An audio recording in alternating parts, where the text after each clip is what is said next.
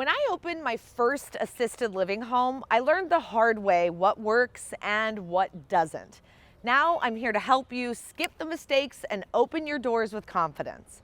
But before you dive in, it's incredibly important that you familiarize yourself with what an assisted living home entails. A residential assisted living home provides seniors with help on their ADLs, activities of daily living. Think bathing, dressing, medication management, and meal prep.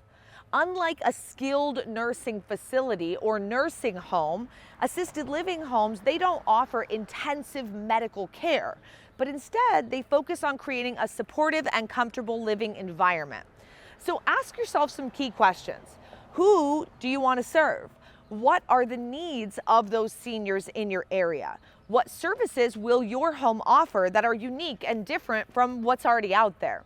By understanding your target market, you can tailor your home to meet the expectations of the seniors in your market. For example, we had a student who noticed that his market didn't have any memory care homes. There was a gap in the market. He also noticed that the rates in his area weren't very high for regular assisted living. So if he came in and did what everyone else did, he wouldn't have been cash flowing very well. He was going to be up against all the other competition. Instead, he put in the work, did his research, and opened a memory care home. This now allowed him to bring his rates up $2,000 more per month than the average care home in his market. He's got a waiting list, and this was his key to success. The research, it can make or break your deal, so don't skip that step. Every state has its own regulations governing assisted living homes. Getting in contact with your state's health department or licensing board and learning about the specific requirements for zoning, licensing, and staffing is going to be your next most important thing. These rules are essential to ensure the safety of your residents and the legality of your operation. They're what I call your new Bible, all right? Some common requirements include having adequate safety features like smoke detectors, a sprinkler system, grab bars in the bathroom, and having a correct caregiver to resident ratio. Also, providing your staff with the proper training and certifications. If you are going to be offering something more than assisted living, your staff is going to need to be licensed for that particular level of care. Outline your mission, services, target market, and revenue goals in a detailed business plan. This is going to act as your roadmap to opening your first RAL home. Include detailed financial projections that cover your startup costs like property acquisition or rental, renovations, furniture, equipment, operational costs like salaries, utilities, insurance, food, maintenance, all of this, and your estimated revenue. Add a marketing plan to attract residents that highlights your unique features, such as personalized care, recreational activities, or memory care services for those with dementia. Next, find the perfect location for your first RAL home. It could be an existing home that's already converted into a care facility or a purposeful built property from the ground up. I love those. They're spectacular, okay? Maybe even a property that you have in your portfolio. Maybe you've been leasing to someone else and now you're going to use it for this. Some things to consider are proximity to places like hospitals and pharmacies, zoning laws, and of course, neighborhood environment. Once you have a property, you can make necessary renovations to comply with safety and accessibility standards. Think wide hallways, wheelchair ramps, walk-in showers, and emergency call systems. Depending on your state, your home will need a state-issued license for assisted living, as well as a business license, the health department inspections and approvals, and fire safety certificates. If you plan to be the administrator, which is not what I do, nor what I teach you to do, I want you to hire that person, but if you do plan to be the administrator, you'll need to complete any required training or certifications for yourself and your staff, or you'll need to hire this key person, like I'm going to suggest that you do. These steps ensure that you meet regulatory standards and gain credibility in the eyes of potential residents and their families. To keep learning about residential assisted living and how you can successfully own and operate one, check out this video next right here on YouTube. Staffing is the backbone of a successful assisted living home.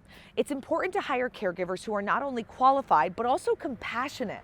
Depending on the level of care your assisted living home offers, you may need medication technicians, housekeepers, or cooks, or your caregivers might be doing it all.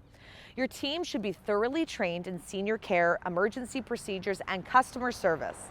A well-trained staff ensures high-quality care and a positive reputation for your facility. It will also ensure that you don't have to be in the home 24/7 because you can trust your staff to do right by you. Take the time to create a smooth operational system for your facility. Outline how care will be provided, how medication will be administered, and how emergencies will be handled. Create clear resident agreements that detail the services, costs, and terms of care, and provide each resident and their family with a copy.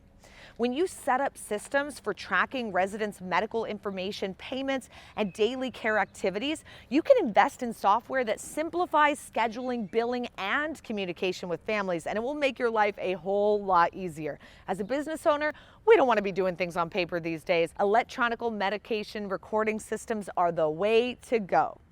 There are multiple ways to spread the word about your assisted living home and attract residents. You need to build a professional website showcasing your services, staff, and amenities with photos and videos, and something that's really going to attract them to come tour in your home.